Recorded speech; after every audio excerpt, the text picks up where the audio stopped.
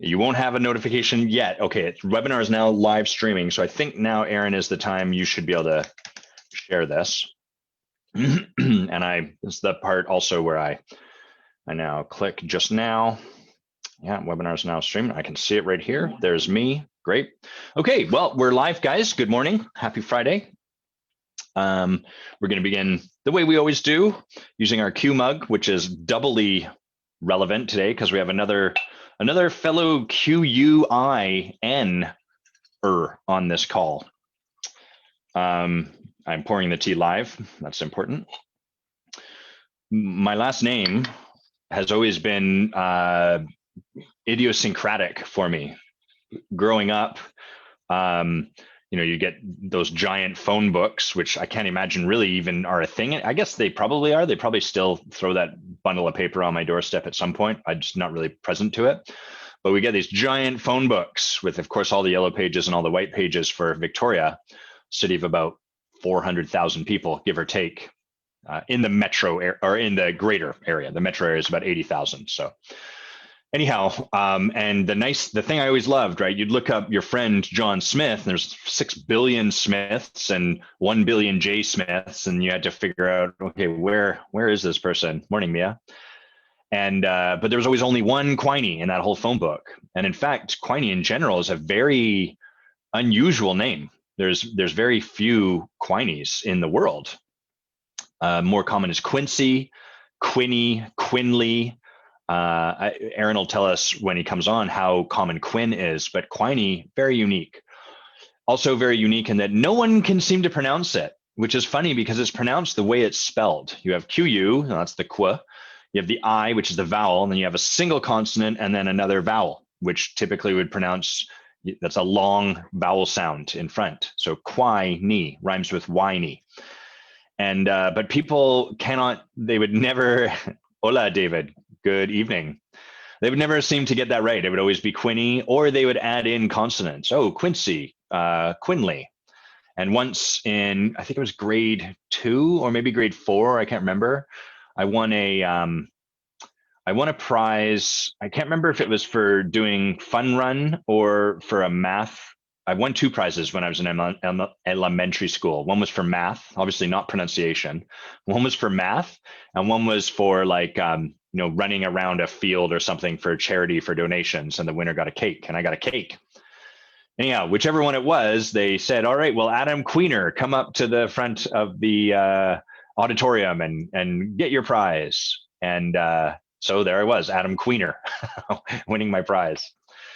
So all that to say, my last name's always been kind of something that's grown on me as I've aged. And the other things that I'll share about my name, because that's kind of interesting to me, maybe not so much you, is really feel like every name has a journey that we go on. And for me, part of it is that we don't have, hey, Peter, hey, Anna, we don't have middle names in my family. I think my mom does, but my dad doesn't, my brother doesn't, and I don't, which I always thought was super cool. Very unique. Most people have a middle name and I don't. And it's kind of like my name stands alone. And so for a long time, I felt envious of that, or like, I don't have as much as everyone else. And I remember a friend of mine who was also a coach sharing, he'd learned like, you really want to, morning, Heather, you really want to distinguish yourself. And so he started putting his middle initial in his name. So instead of James Butler, it's my friend who's now passed, is James G. Butler. I felt that was more potent. And I was like, I don't have the capacity to do that. But over time, what I've come to appreciate, realize, and love about my name is that there is only one Adam Quiney. There's no middle name. There's no superfluous stuff. There's no additives. There is just Adam and Quiney. And so I drink from this mug proudly to recognize the rarity of the Q, one of the most valuable letters in Scrabble, and to honor my last name and the journey that it's taken me to fully empower it. Happy morning to all of you.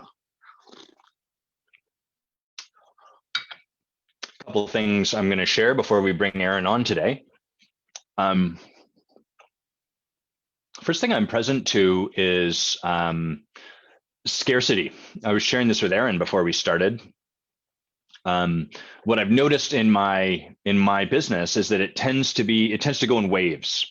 So there'll be a period where I have clients completing, and then I'm I guess the word would be fallow. I have a fair amount of space, and then there are times when it just seems to come in waves. I'll get a bunch of people that all hire me at once, and then I'm quite full.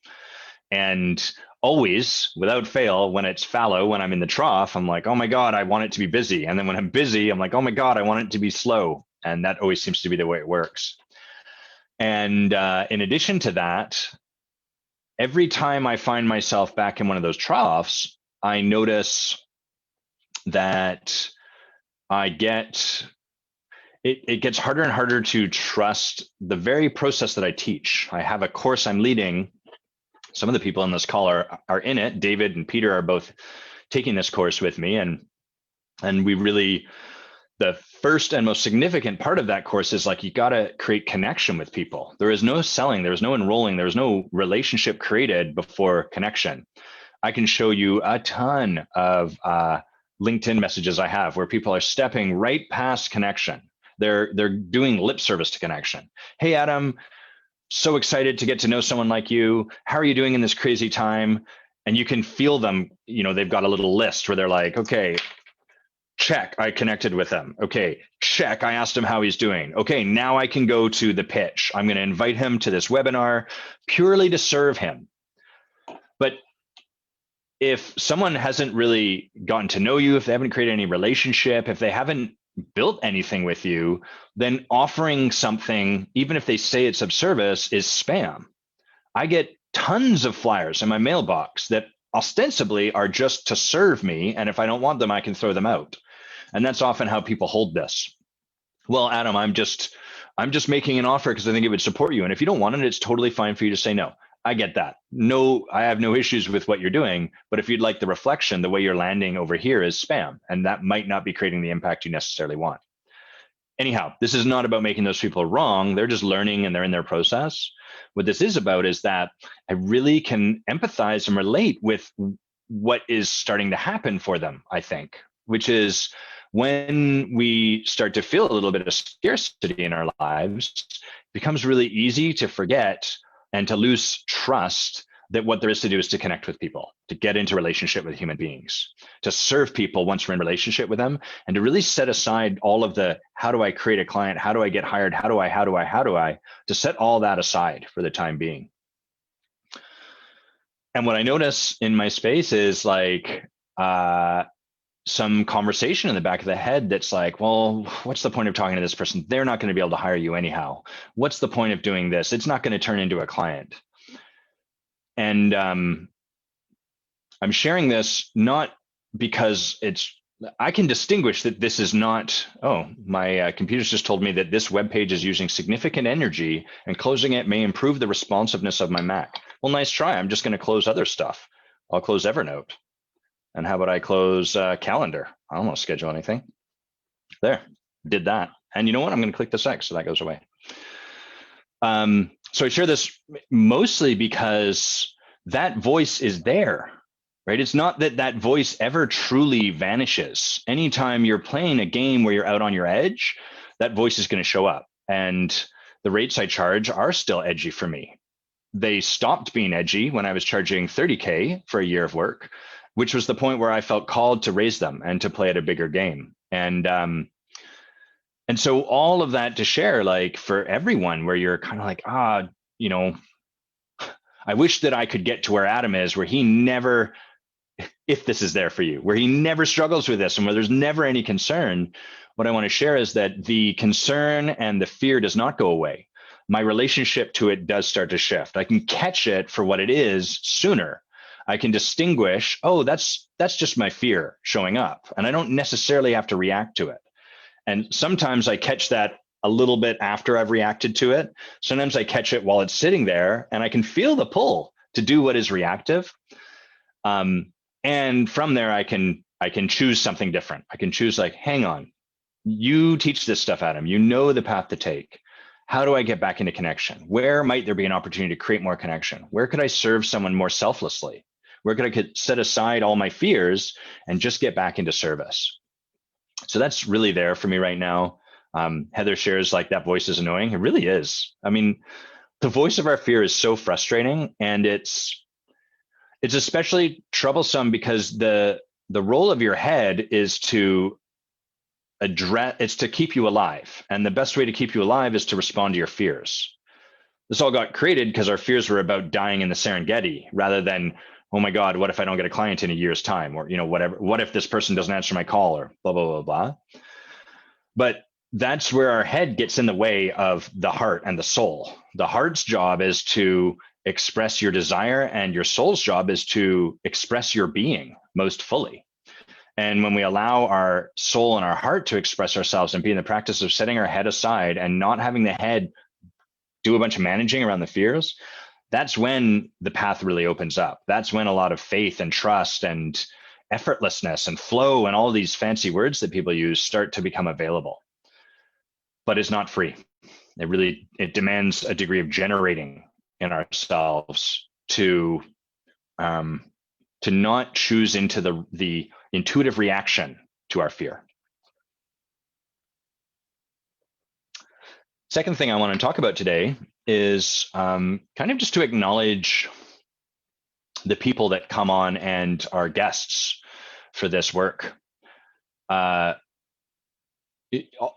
reason that we can do a show like this is because people put their hands up. They volunteer for it. They say, yeah, I would love to be a guest client on your show. And it's really edgy. And I was talking with my assistant this morning because a few people have pulled out. The people that have pulled out are rarely people that they're people typically that reach out to me because I have a podcast and are like, I love your podcast. I'd really like to be a guest on it. Here's what I can talk about. It's a very structured kind of thing that they're offering. Here's the history of my life. It's super inspiring. I think it would really inspire your audience. And I always respond and I'm like, I would love to have you as a guest. I think you'd be great. And I think there's a lot you have that would really be inspiring for my audience. And here's how we draw out that inspiration. And just today we had someone, I guess he might have canceled a while back, but I just found out today. And at first they were a yes. And then as we got closer to the date, he decided, I think this isn't the right fit. So we're going to cancel. No worries, no hard feelings, which is totally fine. It's but what I'm really present to is that it's really edgy to show up and to be in the vulnerability of being client. It's edgy for me over here to do coaching because I'm like, what if you guys think I suck? What if I do it wrong? What if I model bad? All of that sort of stuff. But like to be client is a whole other edge in terms of fear and of nervousness and what you have to be willing to do, because you have to be willing to show up and be vulnerable in the moment. Not yesterday, not 3 weeks ago, not last year, not the whole 40 years of your life prior to today. You got to show up and be vulnerable right now. And that's infinitely more edgy because the edge only ever exists in the moment. And so everyone that's come on here and been a guest is in that practice. And that's the practice of leadership. Leadership exists in the moment. What we want to do instead is have done our work and have it back there in the past so that we can reference it and cart it out like a trophy sitting on our shelf, which is nice as a memory, but there is no edge in that. And so as I was talking to my assistant, I was like, oh, why do you think they backed out? And she was saying, well, almost everyone that I've ever scheduled for you has always shared that they are feeling both nervous and excited about coming onto the show. So I really want to honor everyone that shows up. I also really want to honor anyone that writes comments below. Like it's easy for us to think, whatever, it's no big deal, or to witness someone else doing something and think it's not hard, or whatever it is, but it demands something every time that we put ourselves into the space. The act of leadership as a quality of being where we're putting ourselves into the space is edgy every single time it gets practiced. You might overcome a particular edge in one area. I can comment on lives all the time now. Then there'll be a new edge. And so I really honor everyone for practicing on your edge. Heather, you shared one of your biggest insights last year working with Bay and I was that fear doesn't go away, and my relationship with fear is what has shifted. I now see my fear as part of my humanity, and it comes everywhere with me. That's a pretty fucking awesome takeaway. I love that you got that, and I really appreciate you sharing that. I remember one of my first ever coaches sharing that with me, and I was saying to her like, oh, when does this shift? When does it go away? And she said exactly that. Like, it doesn't. Your fear is not going to go away, but your relationship to it will. The world around you won't change, but the way you relate to the world as it shows up the way it does will. And that's transformation. Because as we change the way we relate to something, everything changes. An entirely new paradigm of living comes into the space. Heather says, my biggest fear when I was your guest was that I would cry, vulnerable. And I did, and I survived. Yeah, and what a gift to people, right? Like, going into our biggest fear. Our fear is our compass. Our fear points the way towards what will set us free. What we do is we construct our lives to avoid that fear, and then we perpetually become at the effect of that fear. I'm going to read a passage here from the Untethered Soul. By the way, Mia also says when she showed up here, when she was on this call, she felt very self-conscious. Me too. I feel self-conscious when I'm on my call with my coach every time. Before we bring Aaron on, I'm going to read from this book, The Untethered Soul. Let's do the spine test. How's it look? Well, it's a little hard to see, but you can see all those little tabs, all those book darts. Clearly a good book. Lots to reference here.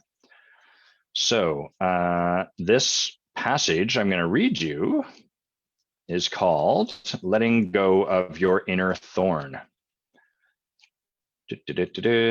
Removing your inner thorn. Here we go. It's chapter 9 of this book, and it speaks to what we try to do with our fear. So who wrote this? Michael Singer wrote this. And Michael says, imagine that you have a thorn in your arm that directly touches a nerve. When the thorn is touched, it's very painful. Because it hurts so much, the thorn is a serious problem. It's difficult to sleep because you roll over on it. It's hard to get close to people because they might touch it. It makes your daily life very difficult. You can't even go for a walk in the woods because you might brush the thorn against the branches. This thorn is a constant source of disturbance, and to solve the problem, you only have two choices. The first choice is to look at your situation and decide that since it's so disturbing when things touch the thorn, you need to make sure nothing touches it. The second choice is, for the same reason, to make sure that you take out the thorn. Believe it or not, the effects of the choice you make will determine the course of the rest of your life. Hey, Evan. Let's begin with the first choice and explore how it'll affect your life. If you decide you have to keep things from touching the thorn, then that becomes the work of a lifetime. If you want to go for a walk in the woods, you'll have to thin out the branches to make sure you don't brush against them. Since you often roll over and touch the thorn when you sleep, you'll have to find a solution for that as well. Perhaps you could design an apparatus that acts as a protective device. If you really put a lot of energy into it and your solutions seem to work, you would think that you had solved your problem. You'd say, I can sleep now. And guess what? I got to go on TV to give a testimonial. Anybody who has the thorn problem can get my protective device, and I even get paid royalties. So now you've got a whole life built around this thorn, and you're proud of it. You keep the woods thinned out, and you wear the apparatus to bed at night. But now you have a new problem. You fell in love. This is a problem because in your situation, it's hard to even hug. Nobody can touch you because they might touch the thorn. So you design another kind of device that allows for closeness amongst people without actually touching. Eventually, you decide you want total mobility without having to worry about the thorn ever again, so you make a full-time device that doesn't have to be unstrapped at night or changed over for hugging and other daily activities. But it's heavy. So you put wheels on it, control it with hydraulics, and install collision sensors. It's actually quite an impressive device. Of course, you had to change the doors in the house so that the protective apparatus could get through. But at least now you can live your life. You can go to work, go to sleep, and you can get close to people. So you announce to everyone, I have solved my problem. I am a free being. I can go anywhere I want. I can do anything I want. This thorn used to run my life. Now it doesn't run anything. The truth is, as you may already have surmised, the truth is the thorn completely runs your entire life.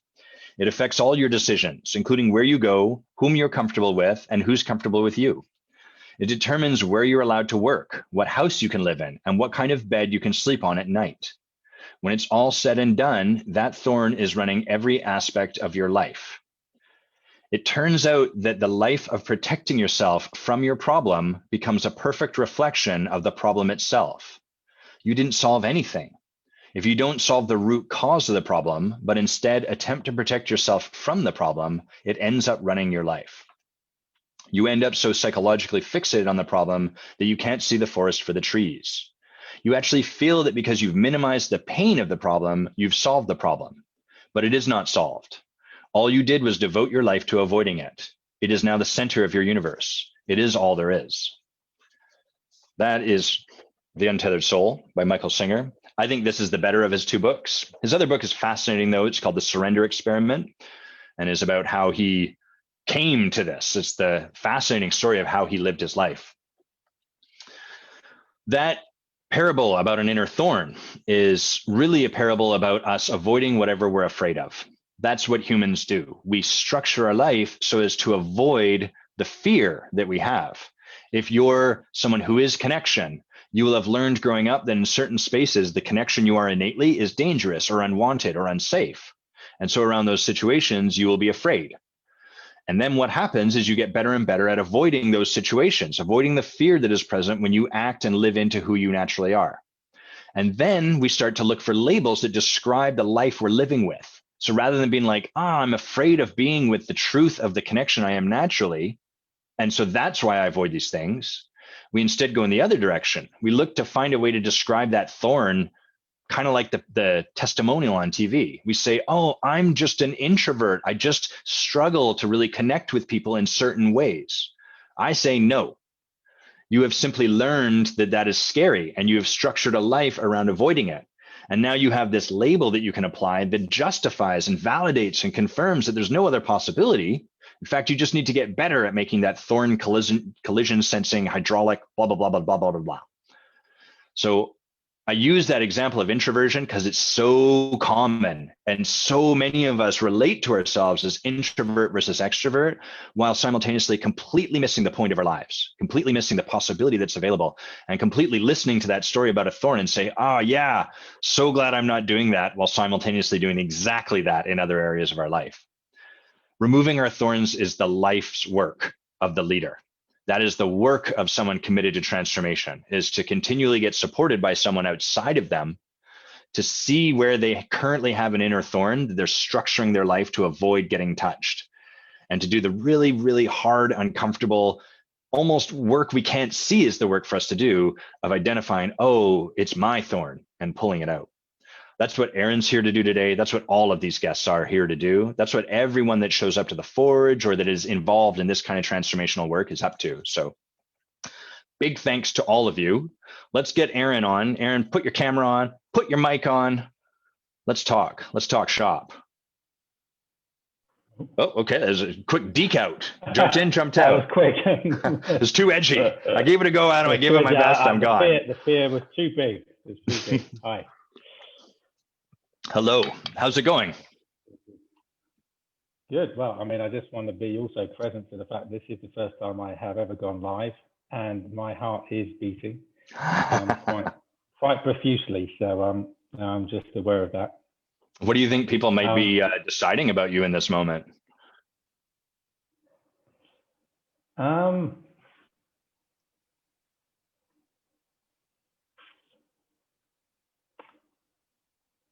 You know what? I don't even know if that's actually the concern. It's just, I think it's just a sense of, it's another thorn, to give your metaphor. It's something I avoid doing. I put my hand up to this. There's no logical reason why I would avoid doing it. And I also had the feeling of, should I cancel last week? Maybe I could move it to. In fact, I remember actually even when I signed up, I thought I'll sign up 4 weeks ahead. So it won't be this Friday. It would be to allow myself to forget about it, and then it just arises. Yes. So, I think it's just being live. I don't know what it is. I'll probably forget shortly. That's super relatable for me. I've been watching myself do that this week, even where I'm a part of I guess you could call it a networking group, and I've been connecting with people, and we're like, hey, we should talk. And then people are like, great, what's your time like tomorrow? And I'm like, this week's not so good, but what about a week later? Tomorrow, wide open. I'm just scared, just can't. And so sometimes I have to edge a little bit into my fear. I'm still going to make the declaration, get something on the calendar, because I'm reliable once I do that, but I'm going to put it off a little bit. So I've got a little bit of, okay, I don't have to confront that fear just yet, but I know I'm going to do it eventually. Yeah, cool. Well, thanks for being here, and I really Yeah. appreciate you showing up in partnership with all of that stuff. Yeah, no, thank you. I mean, and the thorn resonates with a lot. I've read the book, and it made me realize actually I'm probably here on this call to take out a couple of thorns. So yeah, well, I love that you said that, because the device would be a great metaphor for sort of, I'm going to not get on this call, or maybe I'll cancel last minute, or what, do I even want to do lives? Is that even, maybe that's just not me, et cetera, et cetera, et cetera. Yes. I've got a system to create coaching clients without ever having to connect with human beings, and blah, blah, blah, blah, blah. First, tell us where you are. Where are you in the world? I am now in Greece. So it's cool. 8:30 at night in Greece at the moment. Do you speak Greek? Beautiful. I am learning Greek.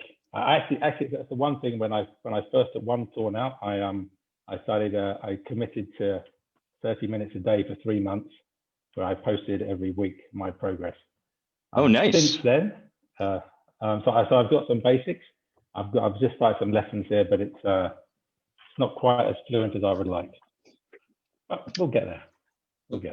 It's edgy. That's a fear triggering thing for me, because there's so much my innate being of connection. I've attached a lot to talking. And so when I can't talk, I get scared. How do I connect with this human being? And how do I be with the awkwardness and all of that? So I salute you, because that would be really edgy for me. Well, to be honest, it's exactly the same thing. So I fall into the English trap, where I've learned expressions and I chat. And as soon as it gets difficult, I want to be able to converse. So I move straight into English. And my practice has got to be in the discomfort of humiliation and not being able to communicate. Yes. So that's another one. Cool. Well, what are we gonna tackle today? What are we gonna look at? Oh, by the way, just before I dive in, Quinny was my nickname at school. So just the Quinny and the Quinny. Right, because you were Quinn, right? I'm a Quinn. So Quinny's you just reminded me of all that, which is actually, and some friends still call me that, and I like it. Gosh, what's alive for me right now?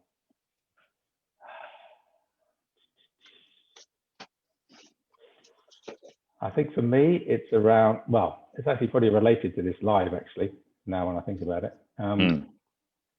There is resistance in me in actually creating action and getting clarity and action on exactly what I'm doing. I've dropped away many things, and I've come to Greece, and I've got a sort of a vision in my head that's vague but feels big. And I know that to get there is going to require me being a lot more of this, and a lot more overcoming a fear of looking stupid, not knowing what I'm doing, not being professional, probably all sorts of descriptors that I would have given it. And then I fill my head with like ideas of, I want to write a book. I want to do this. I'm going to do nothing. I want to sit in the void because that's the right place for me to be at the moment. No, I'm going to create a program. And so I become busy in the mind. I'm going to start coaching again. Coaching, or somebody's coaching out there. They've just got a client. I should be doing that. All of these things. And it's creating a sort of sense of, I just want to get present. What do I actually really want to do right now, and what would that look like? What would be the next action? So there's broad brushstrokes, this notion of resisting action, and then you mentioned, what do I really want to do, and then getting into action. So which of those two is the path for us to explore?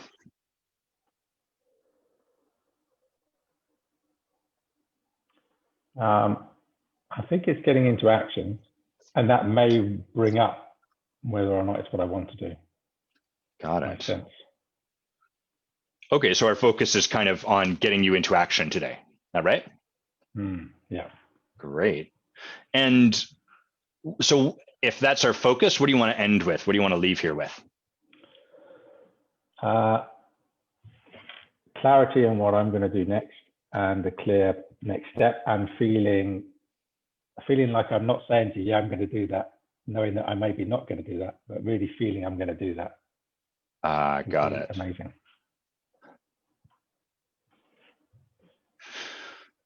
Clarity on what you'll do next. And then it sounds like part of the marker for having achieved that is like this feeling like, yeah, I'm going to take that on. That's going to happen. Is that right? Yes. Okay, great. And then, okay. And so tell me this, what's important for you about having clarity on what you're going to do next and feeling like you're going to take it on? Why is that important to you? Because I feel at the moment that I can get caught in having lots of different thoughts of ideas, which I'll sort of start a little bit and then I'll do a little bit here.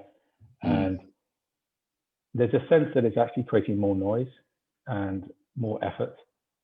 And it's part of my practice, because I'm conscious that I get pulled by these different things, because there's a sort of sense of proving and worthiness, and I'm really trying to drop back from all of that. I mean, I've had a successful career. I've left. I've moved into the coaching space. I've worked with clients and leaders, and then I came to Greece with this idea: let's drop everything and create something. I've realized that everything I've done in the past is sort of unfolded for me, and I'm not going to say it's luck, but opportunities come up and I take the opportunities. I think where I'm sitting now is where it's about me creating the opportunity, and my natural temptation is to wait for the next opportunity to come, and they do come. So and I trust, I don't have any fear about not being able to do anything, but I'm curious about me creating myself. Got it. So there's this experience you've had in life where stuff comes to you or unfolds in front of you and you choose into it or maybe don't. And you're curious about actually being the cause, like creating something that you've chosen. Is that right? Yes. And also because what I've noticed is as the opportunities comes and they unfold, it's great and I'm doing it and I'm enjoying it. But then there comes a time when I'm feeling like I'm sort of doing it because I should, and as if and I get confused with the want of what I actually want to do versus, what looks good. There's even a sense, could I just do nothing and become a bum for a year or something, and what would that look like? That there's not even a trusting of that being available to me at some level. Got it. So if the experience tends to become like, oh, I'm doing something because I should, like it's unfolding in front of you, you're choosing it, but then it's like, I guess I should do this, or this is the thing to do. And that's not necessarily what you want. What is the experience you want in terms like when you are doing something? The experience that I want, and what I'm curious to work with people around is to really be okay in that non-knowing, and this sort of space of, even in coaching, where I can just be, I sort of describe it as really just being able to be me, not trying to prove anything,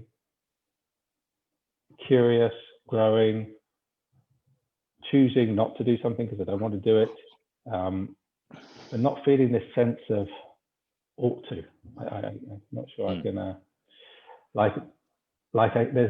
as I imagine it, there's a real, it's like a release. It's like just sitting here in the now, like with you, could be just silence and nothing, and just to be just okay. It's just, and then from there, it's like, what do I want to do now? What do I want to create? But there's not this sort of heavier energy that seems to come in sometimes, of comparison and pushing and drive, and it's like letting go of all of that and just being here, like playing in this world, that freedom. I sense this sort of freedom and expansion, and yeah, it's like yeah, I got that feeling, kind of like a breath, just some oxygen, some space. Yeah. Which is interesting, because to hear you describe the way it tends to go, it doesn't sound always like, you were like, yeah, I sort of do the stuff that feels like it's unfolding in front of me. I've not forced something into existence. I've kind of been a yes to whatever showed up. That's not necessarily the words you used, but kind of the energy I got. So help me get the difference, the distinction between what you're describing and then that. Yeah, good question.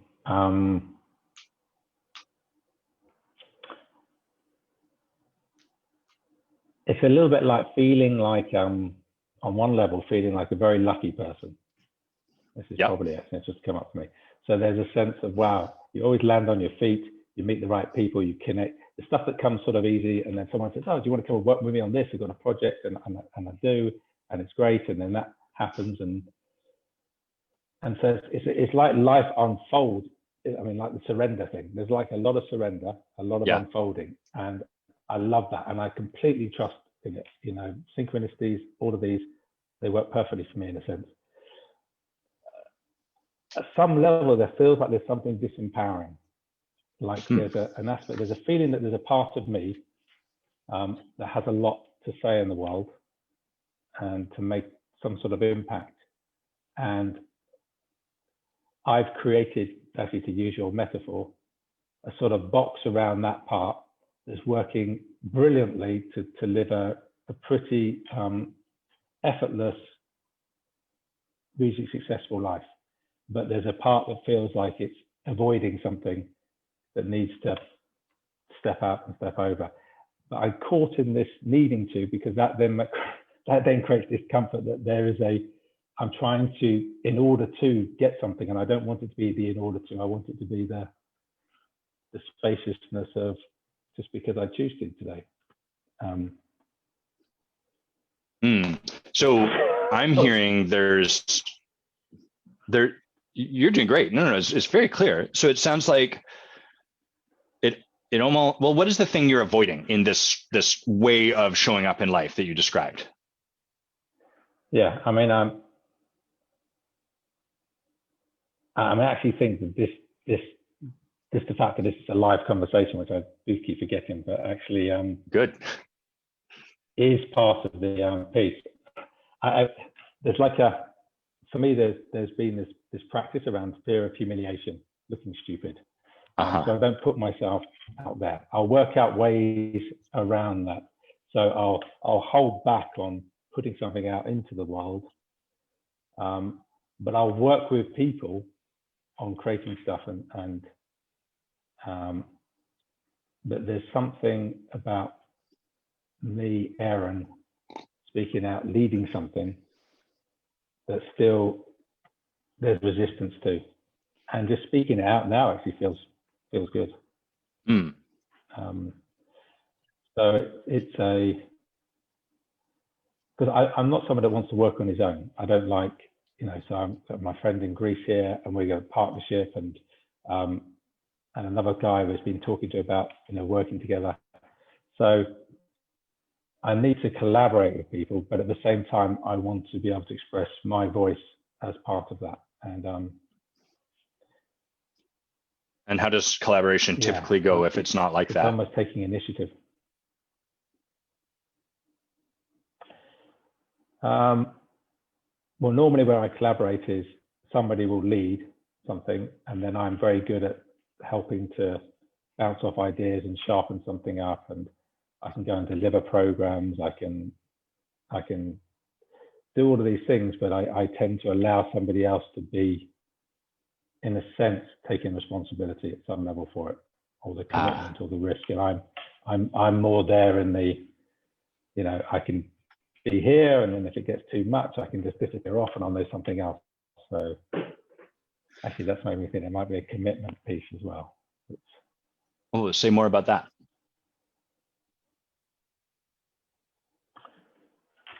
Um,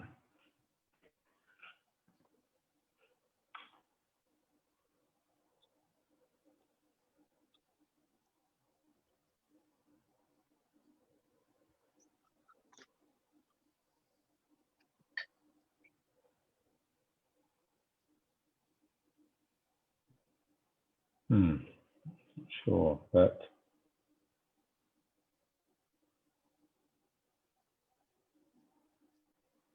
like, I'm not sure if commitment. Well, actually, commitment. Oh, what happened there? I mean, commitment in relationships, commitment in many things, but it's almost like somehow I find some freedom in being able to do stuff, be with different people doing different things, but fully in one thing. I'm not sure what I would even mean by commitment to me. Got it. Well, it sounds like the word showed up for you, but it's not yet super clear why necessarily. Just like, oh, there's a kind of a flag that popped up that had the word commitment on it, and maybe we just keep an eye on that. But got it. Yeah. Okay, so the way it typically goes is you're pretty reliable to collaborate with people, but the collaboration looks like they're the ones sort of leading the charge, and then you're sort of like the Riker to their Jean-Luc, if you follow Star Trek Next Generation. You're the second in command, really reliable, does some great work, but never the captain of that ship. Yeah. And I actually have been, the captain in the corporate world of, leading a team and doing that. So it's almost, what I realize, I feel I need to really feel connected to something bigger, like a vision of something. Otherwise, it's almost like I'm doing it, I enjoy it, but there's not something that drives me to say this is going to be the rest of my life. You know what I mean? Are you reaching that conclusion because you were doing it in the corporate world, but it wasn't the satisfaction you're looking for? Yeah, and then what I started to find is when I left the corporate world and then I got into this space, and it's fantastic because I was out, working in the coaching and leadership development and mindfulness and a whole lot of my own personal development in many countries across Asia. And then it started to feel again a bit like a job, like there was a business that was growing. So therefore it required more effort to make sure, driving business and building it. And I was like, oh, I like facilitating the stuff, but I don't sure if I want to grow this business. But I didn't know whether that was because that was more responsibility, or it was because I wasn't aligned to the bigger vision, or, So my sense was, I always had this sense of what I wanted to create, and hence I arrived in Greece, which is just an intuition. And I'm afraid that am I just waiting for something to happen? Am I just going to meet people and talk about stuff and sort of do a little bit here? Or is there something I can actually own? Yeah. So it sounds kind of like what you want. Like, I think what I'm hearing you say is you want to own something in your life. We don't even know if you know what it is, but it sounds like you're like, I want to own a thing, as opposed to captain someone else's team. So you're still the captain, but you're not the admiral in that case, because someone owns that company other than you. Is that right? Yeah. And then there's other times when now you're out on your own, but then it's someone else kind of leading the fray to some extent. And then you kind of plug in and do your magic, which to your credit is magical and gets you results and success and all that. But again, it sounds like there's still something left on the table there. Is that fair appraisal? Yeah, it is. And I suppose the thing I'm caught in is my desire to want to create something because the ego still feels like I need to prove something, or is it because I want to create something because I just want to create something that I would want to experience and want to have fun and doing?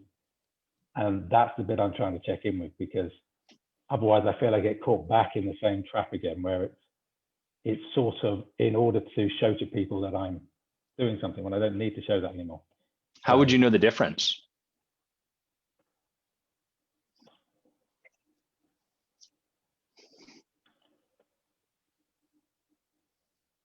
it feels to me like the difference is between doing it and being okay with it being wrong, and playing with it in that sense, versus doing it and it needing to be right and me avoiding some things in the process of doing that.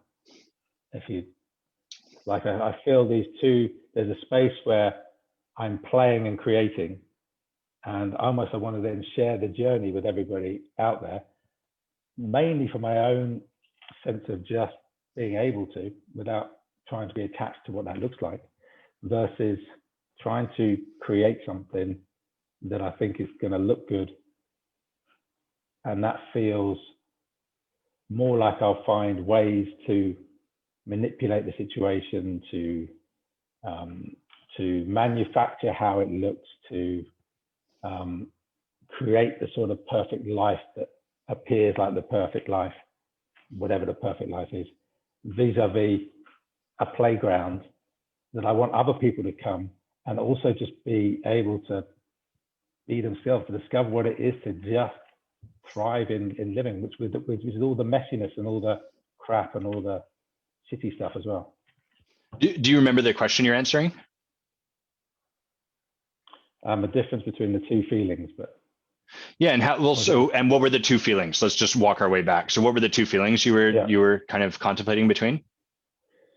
One is the feeling where it feels like I'm doing it to just create, and without it being about proving to anybody else. So, and the one around creation feels messier and more fun. Well, hold on. I want to make sure we've got both these on the table before you start describing them. So one side is doing it purely because you're deciding to create something. Yeah. And then what's the other side? Doing it because I want to be successful. Okay, great. And do you remember the question I asked you about those two?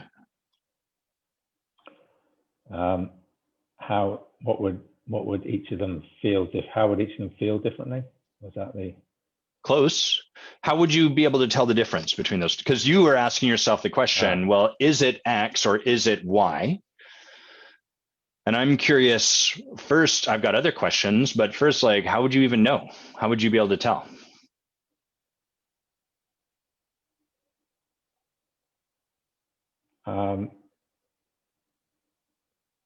One feels heavier and feels like the weight of it is on other people's validation of it. Okay. And the other one feels like an expression of how I'm living, which isn't attached to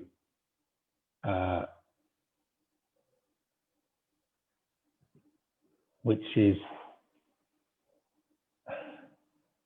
actually would be part of my journey and would be the process of my own work, but creating a space within that which actually inspires and helps others to do the same. So one feels like a open, honest journey of me that actually creates the space for others to come with me on this journey. And the other one feels like me trying to make something to help change other people that doesn't feel authentically coming from where I'm at. It feels like it's trying to succeed at some level, but without actually me being present to what's really going on. Got it. So that makes sense to me intellectually. I'm present to two things, which I will share. The first is, it sounds like you either have the option of doing something purely for the act of creating something, or doing something because you want it to be successful or you want to be successful. So there's like this, either this or that kind of thing, without any option for both of them to exist. The second thing I'm kind of curious about is, it almost, to hear you speak about it, occurs like I've got to figure out how do I make the right choice first? Like, how do I figure this out? It's very heady. Like, I got to figure this out first. Then I will be in this domain and it'll be good because I'm doing it because it's something I want to create. Is there ever a chance that while you're over here, suddenly it's like, oh, snap, now I'm doing this to be successful? Like, is this something that's fluid, or is it sort of like if you could just figure out the right choice here, then you wouldn't have to worry about that ever again because you're on the path of purely creating for the sake of creating? Good question. Actually, what feels alive for me, and this is the trust, this is where at some level I trust myself.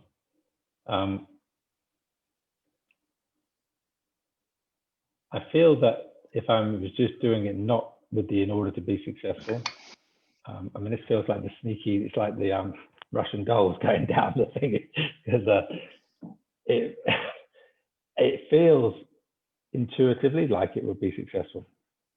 Like there's something, like it's the energy. It's like I suppose what I'm saying is I feel like I want to be in the space of mucking up to be successful, and I feel that I keep avoiding that fear of whatever it is, of looking stupid, or creates the heaviness that doesn't allow me to actually just go forth and do this project. What is the project? The bigger vision is to I would like to turn well, I'm completely articulated, but I would like to turn the island that I'm on into a retreat. So Okay. when I say that, originally, instead of building a retreat on an island, it would be a place for people to come to discover how to, really live a fulfilled and live life, where you experience adventure and deep conversations and philosophy, and you taste the food. It's a bit, it's got a sort of spiritual dimension as well, but it's like a sort of Zorba the Buddha. There's hedonism mixed with it. I want to explore what does it mean to be truly alive, and built a place where different people on this island connect the height between storytelling. I mean, there's a whole load of stuff how I sort of see it, and the island is sort of like the backdrop of the brand, and that doesn't have to be here. Eventually, it goes beyond, but it's almost like the beginning of the sort of cathedral building, as it were, where people start to reconnect to what it is to be a human being. So, which is sort of my journey cool. of trying to drop. Yeah, no, I mean, it's it was an intuition a number of years ago, and a lot of things have taken me to this place. But I know to really dive into this, I obviously have to start expressing myself out into the world, which is what I've avoided doing. What I notice is it occurs like you're trying to get into your heart through a lot of thinking. What do you hear when I say that?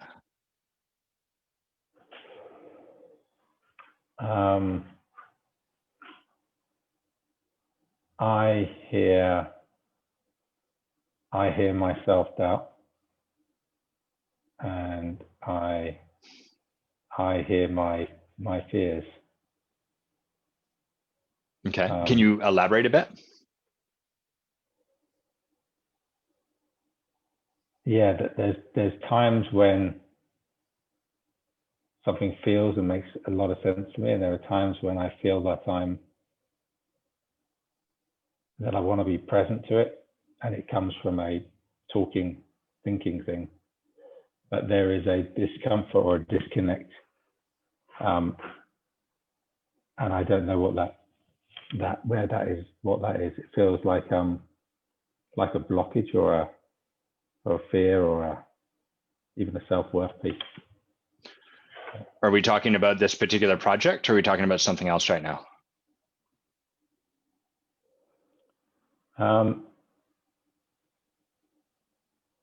I think I'm talking about the project. Okay, got it. So you're feeling blocked on the project, is that correct? I'm not asserting anything. I want to check. Am I hearing you right?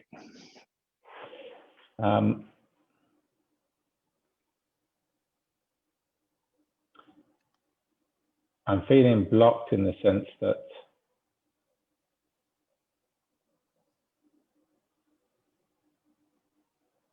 it feels big, and sometimes I feel like as I speak about something, there's a little voice going, "Yeah, don't be stupid. You'd never do that." And then that's the fear, is as if somehow, it's like living in a fantasy headspace. Like this is a ludicrous idea. You could never achieve that kind of talk. Yeah, and almost like, if you keep trying to talk about something, why don't you just do it and stop talking about it? That type of. What do you do in response to that voice?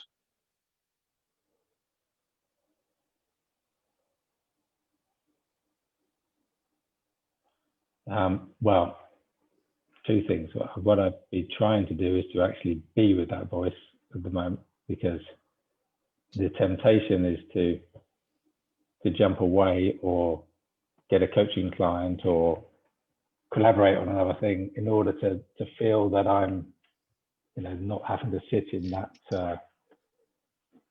feeling.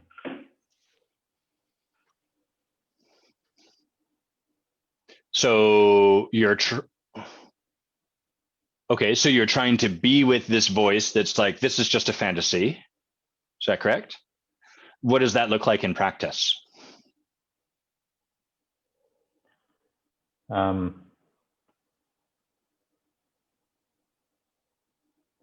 What does it look like in how I feel, or how it? What are you doing when you're trying to be with this voice? So if I was witnessing you from outside of your head, what would I notice in terms of, oh, there's Aaron being with this voice?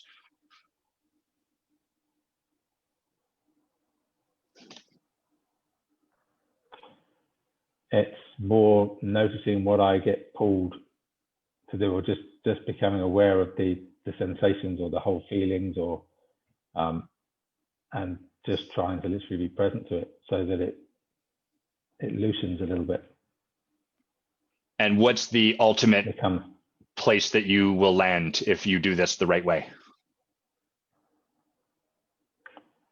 I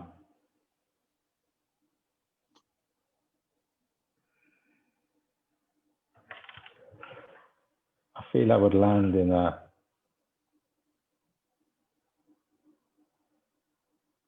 like just an open space, like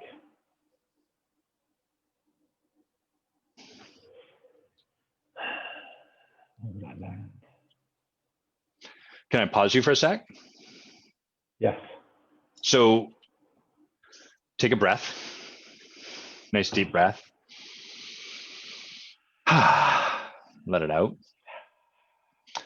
What's present for you in this moment? Like, what's going on for you, Aaron, in this moment?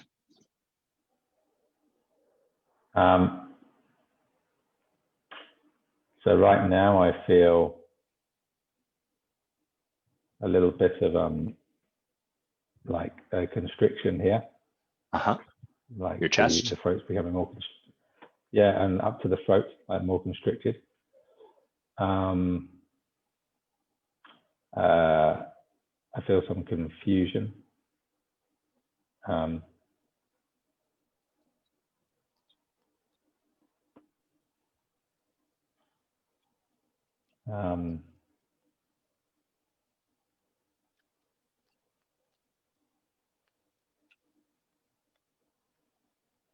But at the same time, I feel a sort of grounding as well.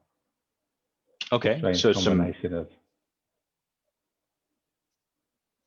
some like a sort of acceptance, like an okayness, even though there's a bit of a physical contraction. There's some confusion. It's almost like the mind has gone a little blank, and it actually feels better.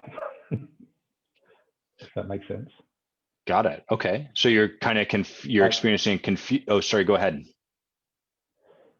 No, it's almost like it's becoming like a sort of emptiness, like a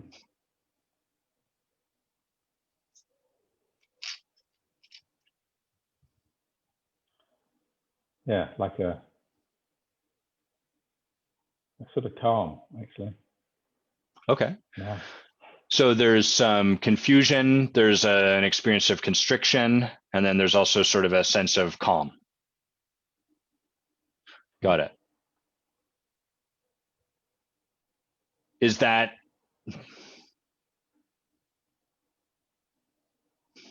hold on, let me just check in. So I'm going to speak to everyone else for a moment. What's going on internally for me, for everyone listening or watching, is I have some hunches, and I'm in the process of setting those aside so I can get curious what's going on with Aaron. And what I notice is we're having a very heady conversation right now. There's a lot of us trying to figure stuff out. And I'm really curious whether this, and part of the reason I asked Aaron how the conversation is going is because I'm kind of curious, like, is this the same experience he's having in his own life when he's trying to figure this stuff out? Like, what happens in the coaching is often a microcosm of what happens outside of the coaching. And so I'm curious about his experience, and kind of that's where my curiosity is. And the next question I have for you, Aaron, is like, is this kind of the same experience you're having when you're practicing being with something? Yeah, I mean, Okay. seems like it. It seems like it is actually. Yeah, on one level, there's a sense of trust and ease. On the other level, there's a sense of not knowing. And there's this physicality is often, I feel sometimes, is like a restriction in expression. And for this next question, I really want you to answer authentically, as opposed to like what would please me or maybe people listening or anything like that. Like, do you feel we're moving towards what you want in this conversation?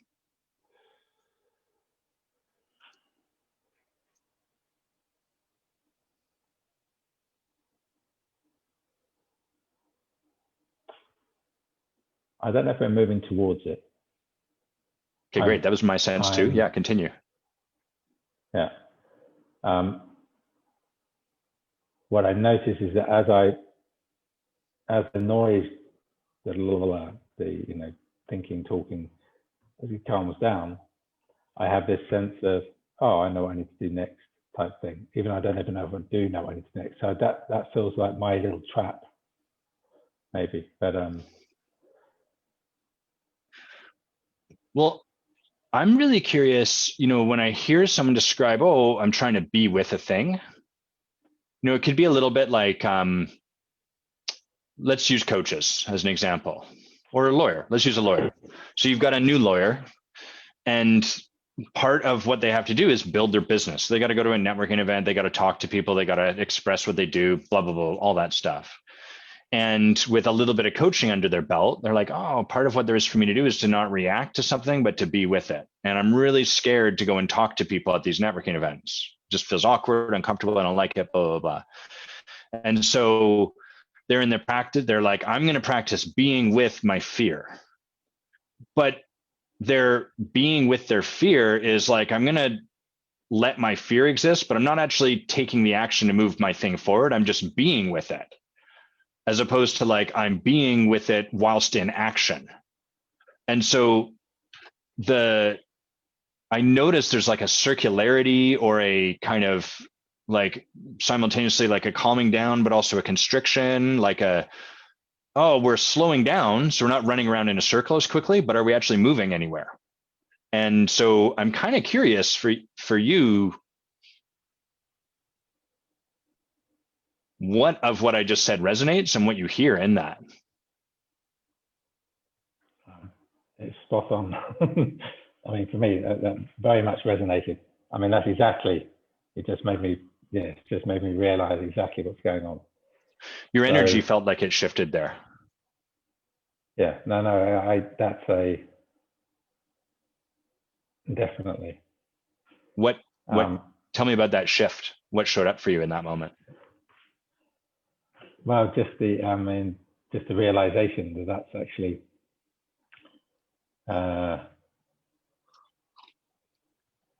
it's becoming more comfortable with the discomfort, but it's not becoming comfortable with the real discomfort. I mean, and as in, the action-oriented discomfort. So, and that's made me realize that's why it often feels a combination of things, because it's not so bad, because on one level, it actually feels quite grounded and pleasant. It's almost like one is dealing with something and resolving it. So there's a sense of, this is a bit uncomfortable, but actually, no, this is great. I'm progressing. And in fact, actually, yeah, no, it really makes sense. I feel it. Where do you feel it? I feel it as and just as a sort of opening, like actually the body just feels looser. Anywhere in particular in your body? Just here, like top of the chest, above the belly. Got it. What's showing up for you? No, it's making me smile because it's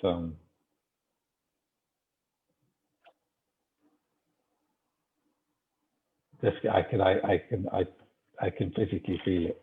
And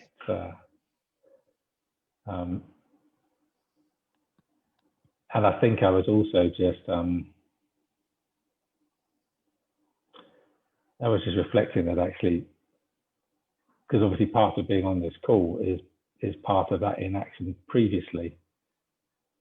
I was just actually, there was a little bit of me that was acknowledging myself. There was almost like a little part of me there that was sort of noticing when the action can happen, to be able to see when action can happen, but also being aware that that's actually what's been going on. It's kind of like, I have this thorn, and I've been building devices that allow me to go out into the world so that I don't get the thorn brushed against me. Instead of doing that, I'm going to sit here and be okay with a thorn being in my arm. I'm not going anywhere into the world. I feel calmer. I'm not worried about brushes touching the thorn, but you're still kind of constricted because you're not living the life that's there for you to live. You've just learned a new reciprocal way to be with your thorn. Exactly. What do you think there would be to do to take on from here then?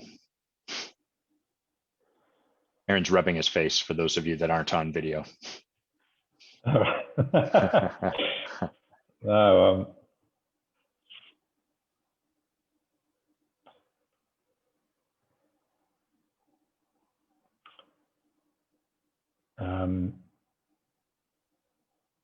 you said it again. What would there be for you to take on or to do from here?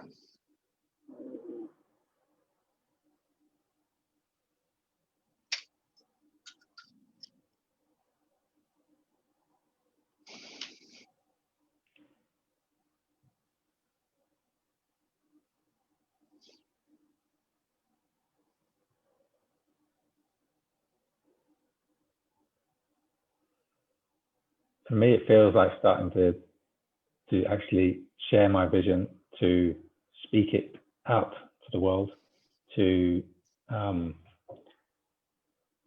idea that I've had, the project that I want to work on, actually started to see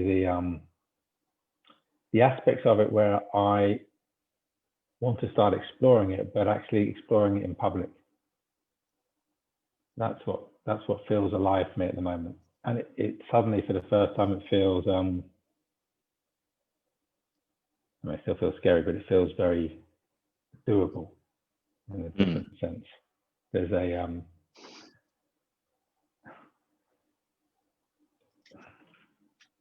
I don't know, you never know whether, it feels like, it feels easier in my body at the moment.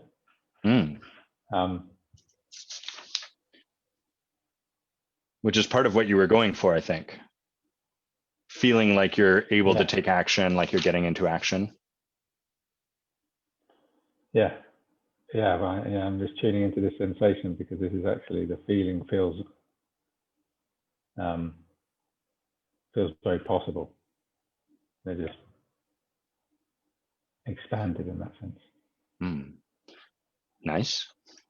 So what I heard some general things to take on, right? Like share my vision, explore it in public. What specifically would there be to take on? Like if you were to turn this into actual actions that you could hold yourself accountable for, what would there be to take on?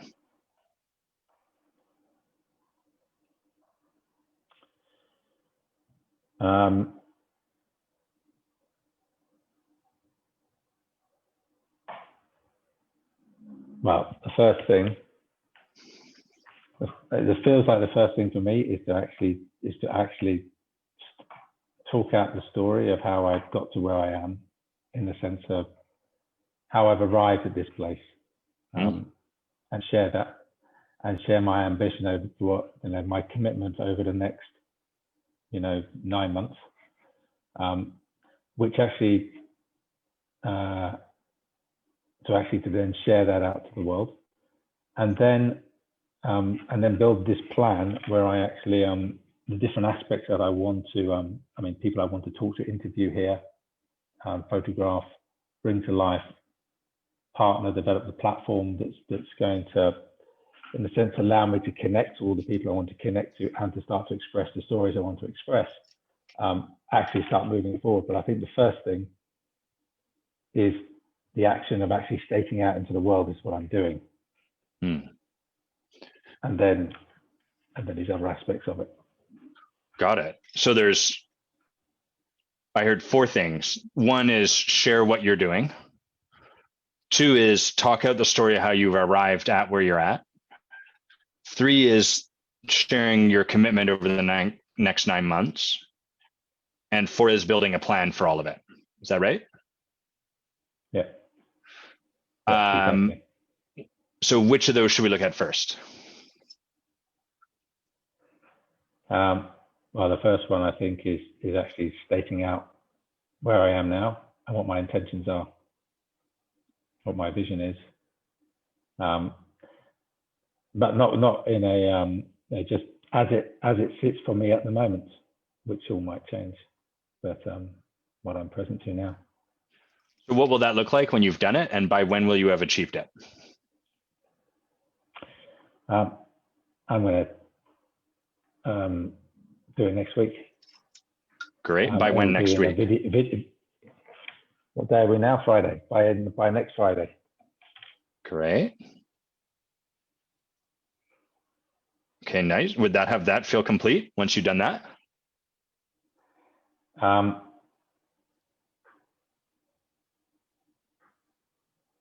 Well, and write my own project plan, sometimes which is a separate piece, but right. This is the bit when I was reflecting on the difference between me doing a project plan and me actually starting the process, which is almost it becoming real in the world by me speaking it out into the world. And as a result, that's the bit I've been avoiding. I could write things and do this, that, and the other, but it's like once it's expressed out, it starts to become a reality. And also my own personal journey, because the act of speaking out and doing that is part of where I want to be. It has a sense of freedom in the ability to do that, despite what people may think. Got it. Okay. So there's like sharing your vision. What is your commitment as far as this is concerned? I want to make this the next 9 months.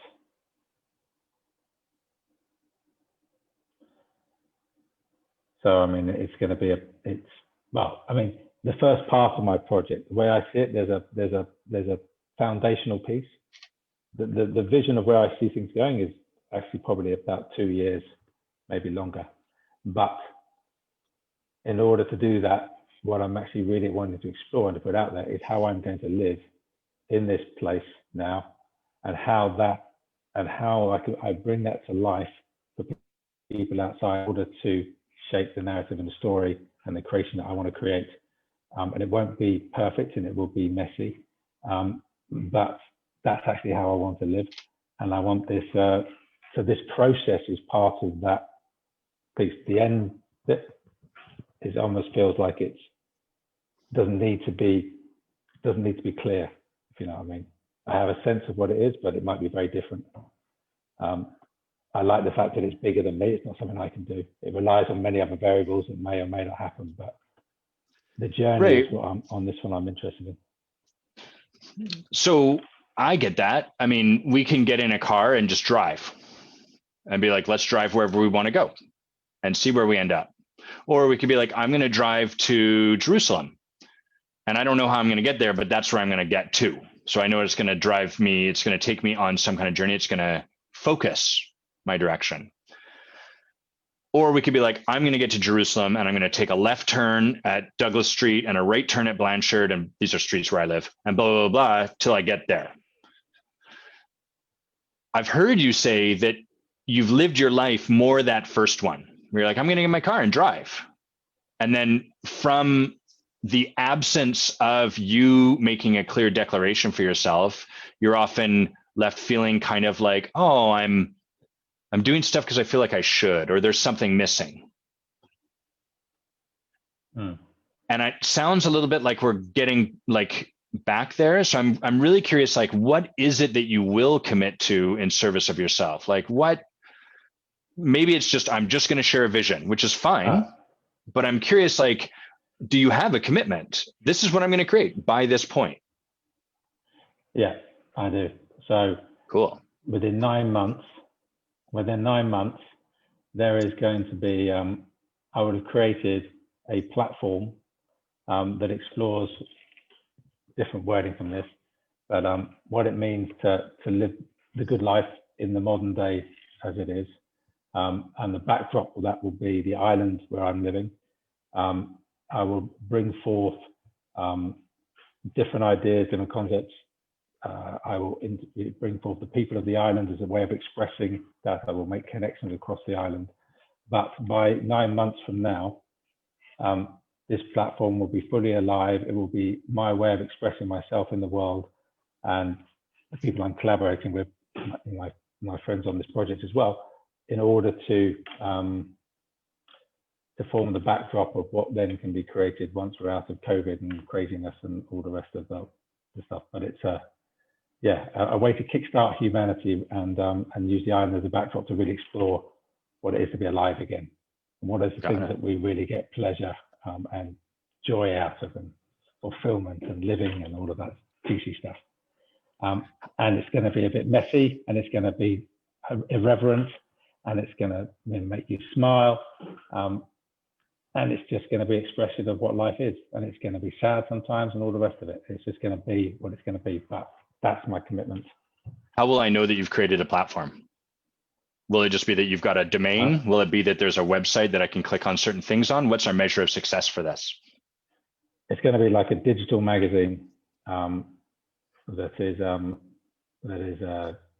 being continuously updated with videos and blogs and news and photography, and it'll gradually start to bring in.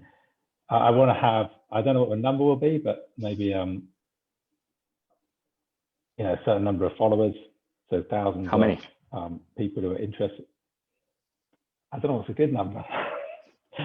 I'm going to say 10,000, but that's really 10,000 followers. But it's really around the world. And what were you going to say there? Collaborating. 10,000, but it's really.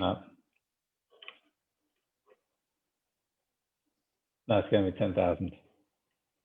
Okay, but was there another thought? Like, I love that you're sort of like, no, I'm making a declaration, but I'm curious about the thought behind it. Yeah. What was the other thought? There's going to be 10,000.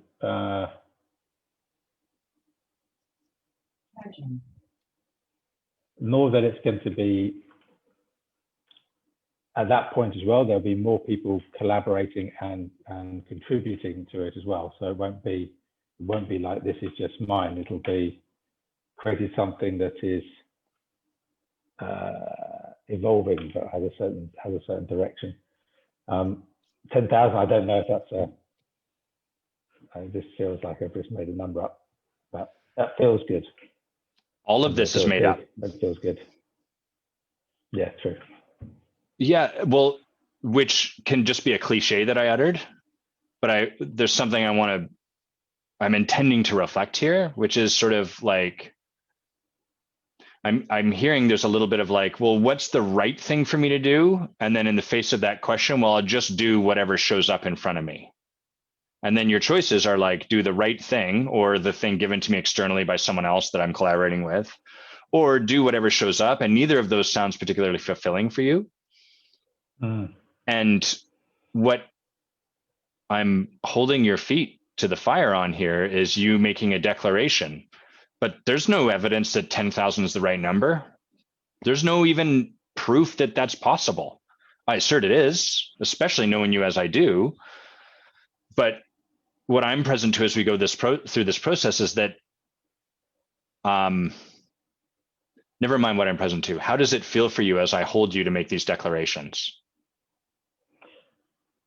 That feels good. Okay, what else? It feels really good.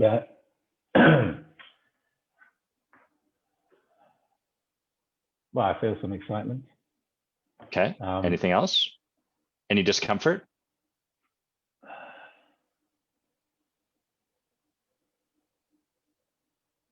Discomfort. Not discomfort. I'm conscious, say, for example, when I said 10,000, that because I said it in a way that was almost, it could be 10,000, that I don't take it serious. That it's, well, actually for me, the 10,000 is more, actually I like the 10,000. I'm just, as I'm present to it now, it could be 20,000. It may never get to 10,000, but I feel that the I want to pause you. It's going to be big. May I do so? Yeah. So you're talking about the number. I'm asking you a different question. I'm holding your feet to the fire in this moment to actually declare a number, any number, whatever it is. You can tell me one person. Fuck right on. That's awesome. We're doing 9 months, digital platform, one person. What I'm asking you about is what's the experience for you of being held that way? Not how do you feel about 10,000 or is that the right number or this or that? What's the experience in this moment? Because I imagine it might be outside of what your survival mechanism wants to have happen. Yeah. I don't have to be right about that. Yeah.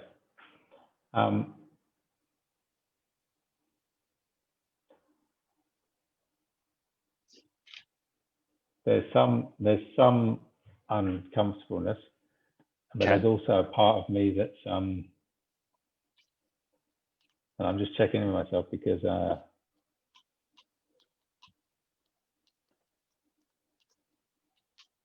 there's also making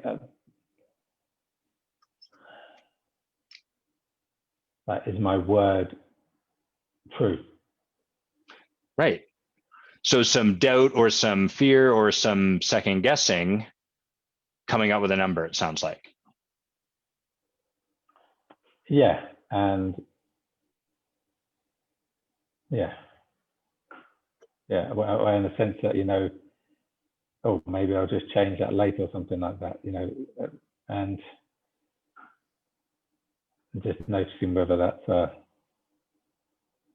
something that happens. Yeah. Nice catch. In this moment, I like I shared with you earlier, I don't think I shared with anyone else. I'm in the process of qualifying for master coach certification level, which is a different way of coaching. And it's awkward and uncomfortable as I learn it. And part of that practice is not giving you any practices, really letting you be the one holding the reins all the way through instead of me giving you a thing. And I want to know when it's really uncomfortable because there's a bunch of stuff I want to be like, Aaron, this is what I can see and this is how it looks and blah, blah, blah, blah. But at the same time, that's me getting in the way a little bit of your process. It's not that you might very much enjoy that. And what I'm really present to is some on your over there with you, there's a resistance to like a clear declaration, like this is what I'm going to have at this point. And I imagine that resistance might be because then you can't just sit and be with the thorn. Then you're like, fuck, now I have to go and do that thing. And that means I might brush against the thorn. Well, what if I just sit and be with this and be with it out of existence? But the work I assert is in going and walking in those brushes. And every time the brush hurts us and touches our thorn, to be like, oh, there it is. So we can start to locate the thorn and start to be like, oh, there it is. That's the thing right there. It keeps getting brushed. So I'm going to give you this assertion on my part, and then I'm going to check in to see if there's any other practices you want to declare you'll take on, and then we'll wind down. Is that okay? Mm-hmm. Yeah. My assertion is that the question, am I doing this because it's what I truly want to create? Or am I doing this because I just want to be successful or seen a certain way or blah, blah, blah, blah? My assertion is that's a complete red herring. If this is worthy of you and your breakthroughs, it's going to be something you want to create. You're going to go out to start to create it, and you're immediately going to shift over to the other side because that's the feeling of having your thorn brushed. You're going to be like, I want to do this. I'm fixated on doing this so it's successful and I don't occur as a disappointment. That's your thorn getting poked. So if it didn't happen, if you just answered the question, I want to do this because I want to create, and then you never had to confront it, crap, we're not even in the realm of your thorn being brushed, and there's no game there. There's no breakthrough.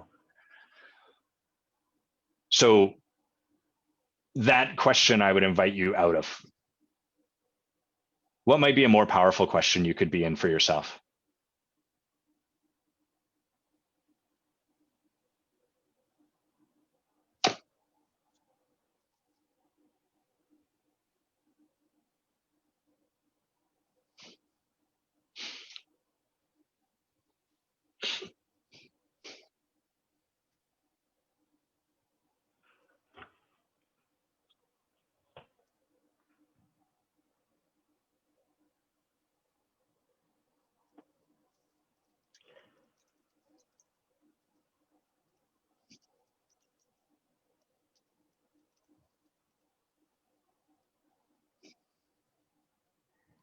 I don't know. The question, it feels like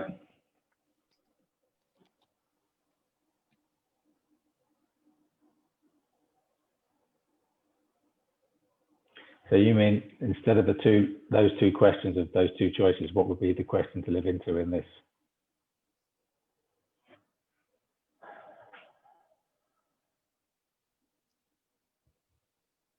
When are you going to start asking that question of yourself?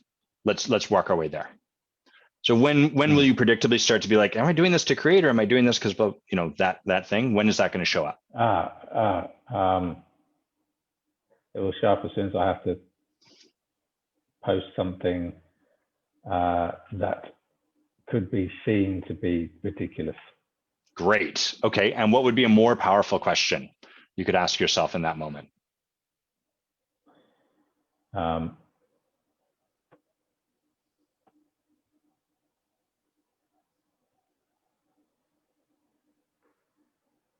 I'm not sure how to phrase it as a question.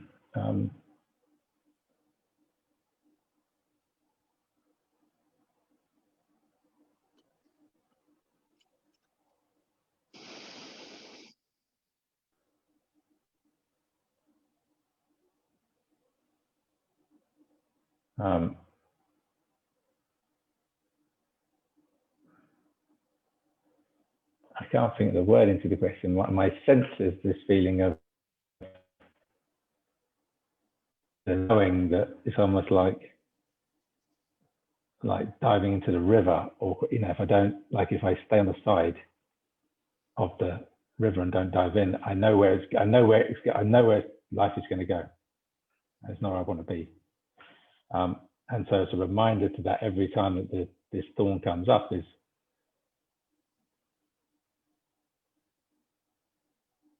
I want to jump in. What would be an inquiry? What would be an inquiry that you could be in that might serve that desire to jump in? How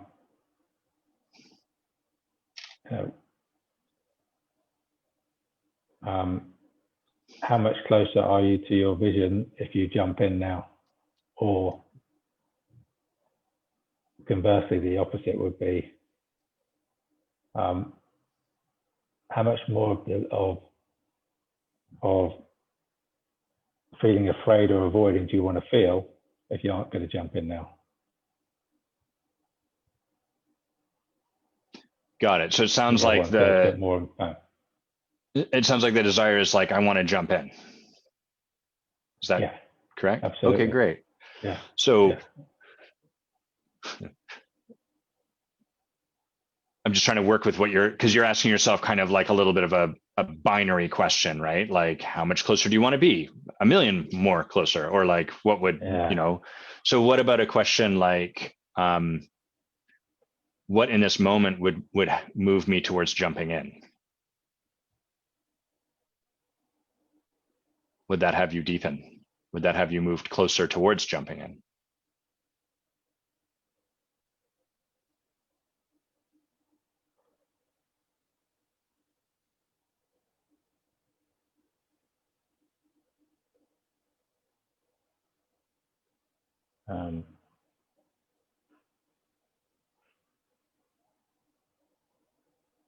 It would. I mean, what often comes up for me is more the part of the pull that wants me to jump in.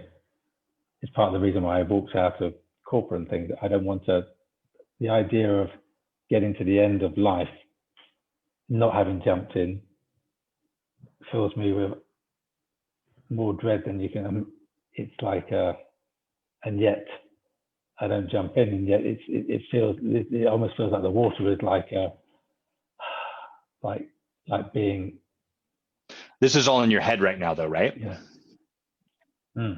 I understand what you're saying, but I notice all of that is just more like, but I want to, but I can't, but and then we get back in that binary question, and now you're no closer. So what I'm inviting you to do is to create a question you could get into that. This question is a distraction, because you can sit at that point of inquiry for the rest of your life. Is this the thing, or is it just me trying to be successful, without ever taking any action, without ever moving yourself towards? So I'm inviting you to create a question that you could pose to yourself when that shows up, that would be totally different and might actually deepen your journey, might actually give you more of what you're after, or at least have you be in an inquiry about it, as opposed to stuck on the fence trying to figure out the answer to something that's made up in the first place. Yeah, gotcha. Right.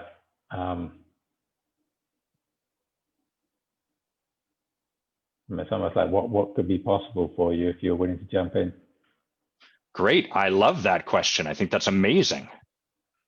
Do you think that would serve you to like, if you notice yourself in that question, to go to that one? Yeah. Beautiful. So it feels very empowering. Would it serve you to write that down? I'm just writing it down now. I will let my cat out while you do that. It's his turn.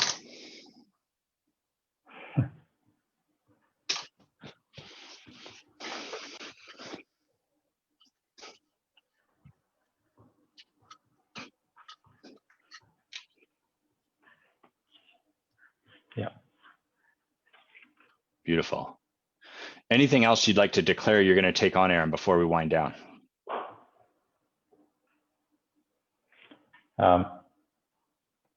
No, but only, did you write down my list of things? I did. I got the first two in my head. Yeah. And this is, you can come back and watch this too. Yeah. So if you message me, I'll email you so I'll remember, but I want to put that accountability on you. So you reach out, I can send it, or you can just rewatch this and have it. I'll say the four of them right now, so you've got it towards the end. You said, share your vision, explore this idea in public, talk out the story of how you've arrived at this, your commitment over 9 months, and then building a plan to support all of that. Yeah.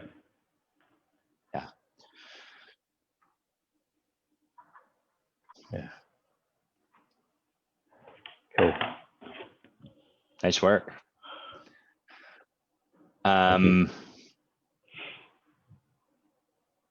Anything that's there for you to we're going to do a debrief, but before we do, anything left to wind down to have this conversation feel complete? No, it feels complete, actually. Thank you. Awesome. Then I'd like to acknowledge you to finish up. Would that be all right? Yeah. So Aaron, I really acknowledge you for the possibility you are for this planet. And I acknowledge you for the shadow of that too, like this fear of being a disappointment. You know, what could be more terrifying to the quality of being, the energy of possibility than like being a letdown, being a disappointment? Like, look, everything's possible. And then just be the worst thing ever, right? It'd be like, just like the quality of being stupid and dumb is the worst thing that could possibly be there for brilliance. And so, you know, the fear and the light are all it's all the being, it's all the magnificence. And I really acknowledge you for embodying all of it and for having the struggle that you do. And I so acknowledge you for the vision. And really, I also really acknowledge your brilliance. Like, I'm present to all the figuring out, not from like a, hi, you stupid dummy, you're trying to figure this out, but like, because that's worked really well. As a man who figures stuff out a lot himself, like, I really get it. It really, not only does it work, but it's rewarded by society constantly. You figure out the answer, you create that thing around the thorn so that you can then go on TV and do the testimonial. And the people that build the best device to protect the thorn, even though they've imprisoned themselves to the life of the thorn, they get rewarded by society, because society is the human condition. Really, the society around us is about, I don't want to feel the pain of this thorn. Help me not feel the pain of this thorn. The evidence of that is everywhere. We don't have to look very far to see it. It's just, you know, the opioid crisis, all of this is like, I don't want to feel the pain. So I really acknowledge you for your brilliance and the possibility that you are. And I want you to know that over here, when you share these things, I don't have to be in your head. So I get to be on the outside. I'm like, of course he could do this in 9 months. Easiest thing in the world for this man. I get that it'll require some breakthroughs and probably be edgy and all of that, but I really want to acknowledge you for the person you are on this planet as, without any effort, without any attempts, is just like this project. It's such a beautiful expression of who you are. Thanks for being up for it. Thanks for the struggle, to like have your feet nailed down a little bit to the ground, and just thanks for showing up so profoundly and beautifully. Yeah. Thank you. Much appreciated. It's really good. You're welcome. Thank you. I'm going to read some of the stuff that people have written because it's a beautiful acknowledgement of who you are. But first, let's do a quick debrief, like anything that's present for you, or that you're like, oh, I didn't think we were going to go there, or anything along those lines. No, I'm just present to firstly present to the fact that I've made some commitments, which I'm actually feel excited about. And I think part of the breakthrough for me actually is also just having to be present and being on this call and dealing with the idea that, because there was a little bit of me, oh my God, you know, I'm talking nonsense, my head's getting, and I'm live and I'm talking nonsense. Oh, okay. Yeah, I felt that way too about me. It is what it is. So that to me actually feels really powerful at the moment, because in a sense that is actually opening up the space for, you know, what I want to do. I've already in a sense feel that I've experienced it, and I'm in the water and it's okay. Yeah. And the possibilities are opening up. So I mean, I'm very grateful for that in that sense, you know, just that I didn't pull my hand back down again. So yeah, me too, as are a lot of people in our chat. Hold on, there was something I wanted to share. Yes, what I want to reflect to you is that you are practicing commitment ongoingly. Like the fact that you're in the forge, that requires a commitment. No one gets in there half-heartedly. Everyone in that group, as you've probably already experienced, have made a scary step. They've leaned over the edge and jumped off the diving board. And even showing up on this conversation, you know, if we said, sure, let's do it sometime, we wouldn't have had this conversation. But you were willing to make the commitment. And, you know, there's some opportunity there too to see like, oh, wow, you're pretty reliable when there's another person in that commitment with you as well. So that might be a place to look, especially since you've said, oh, collaborating, I show up, right? I'm the same way. I'm not going to cancel this call when I've made a commitment to you to be here. But believe you me, I want to often. And when there's no one here, I'm much more likely to like, maybe I'll bail it this Friday. So Beautiful, beautiful work. The second thing I want to share is, this is less about you and more about that general place we can get to where we're like, is it the right thing or is it the wrong thing? Am I choosing from the right place or am I choosing from the wrong place? I see a lot of people get here, and then when they're in, what happens is that actually being in that question is what keeps us safe, because then we don't have to make the choice and then be confronted by what we don't want. And because that thing keeps us safe, we have a vested interest in keeping us in that question and not resolving it. And so what happens is we get more and more spun up in the question. It can't just stay simple. It becomes more and more complex. And then once people are spun up in the tornado of complexity, they get to the place where they're like, I just need clarity. The way we get clarity is we just make the choice, and clarity will reveal itself. It's scary because then we're actually letting go of the safety of being locked into an inquiry that might someday resolve and have us choose the right path. And one example of this in my own life was when I said yes to the coach training I later on led for about 5 years, and that completely changed my life. I said yes to it purely from my ego. Well, that's not probably fair, but like there was a lot of my ego in it. I got into coaching to fix other people so they could be more like me, because I thought that I had it figured out. I learned how backwards all of that was, and I got to then, once I'd learned it, actually live it and start to be it. But if I had been in the inquiry of like, well, am I choosing this from my heart or from my head? I probably would never have gotten to be in any of this. I wouldn't get to be in any of this conversation. Mm-hmm. So it really is okay for us to choose the wrong way, because if we're supported, which you, my friend, are, we'll work through the stuff as we go forward. And it gets us into action, which is then when the work can really happen. So beautiful work. I'm going to read a few things that people said. So Heather was just sharing, she, especially at the start, she was like, I can really see how much of this is in the head. And she was saying, I'd love to see Aaron connecting more from his heart. And boy, can I relate to the head stuff. It's way safer. And then as time went on, Heather said, I can see the shift, lighter, smiling, a sense of release on your part. And then she also shared she'd be a follower of that digital magazine, the platform you talked about. Yeah, that's one. That's right. Yeah, so you're already down the road. On my way. Amy Copsey says, very brave, Aaron, showing up. Thanks for the share. Ranganayaki, I think I'm saying that right. Ranganayaki. Yeah, Ranganayaki says, from the sounds of it, you're in a brave space already, Aaron. You're doing great. Nice work. Anna said she's blown away by this conversation. Thank you both. Mia was just expressing delight at the smiling Aaron face. Another one of your gifts in the space. And as I was sharing just how, the possibility and brilliance you are, and how easy it is for me to just hold the possibility of you creating this project, Kate Greenslade said, totally agree with Adam.